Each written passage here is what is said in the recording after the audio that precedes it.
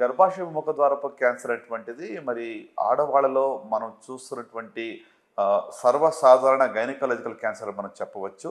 So ఈ యొక్క క్యాన్సర్ని పూర్తిగా నివారించేటువంటి యొక్క మార్గాలు ఉన్నప్పటికీ కూడా మనం దీన్ని నివారించలేకపోతున్నాము. సర్వసాధారణంగా మరి ఇండియాలో మనం చూస్తే సగటున సుమారుగా ప్రపంచవ్యాప్తంగా ఒక 6 లక్షల క్యాన్సర్లు ప్రతి సంవత్సరం గర్భాశయ ముఖద్వారపు క్యాన్సర్ వస్తూ ఉంటే ఒక 20% పైన ఇండియాలో మాత్రమే కనబడుతూ ఉన్నాయి. మరి రొమ్ము క్యాన్సర్ తర్వాత సర్వైకల్ క్యాన్సర్ వంటిది నంబర్ 2 క్యాన్సర్ కూడా మనం ఓవరాల్గా చూడవచ్చు. సో కనుక దీన్ని నివారించగలిగితే, దీన్ని లేకుండా మనం చూడగలిగే ఒక అవకాశము మన జీవితకాలంలో మనకు అందుబాటులో ఉంది.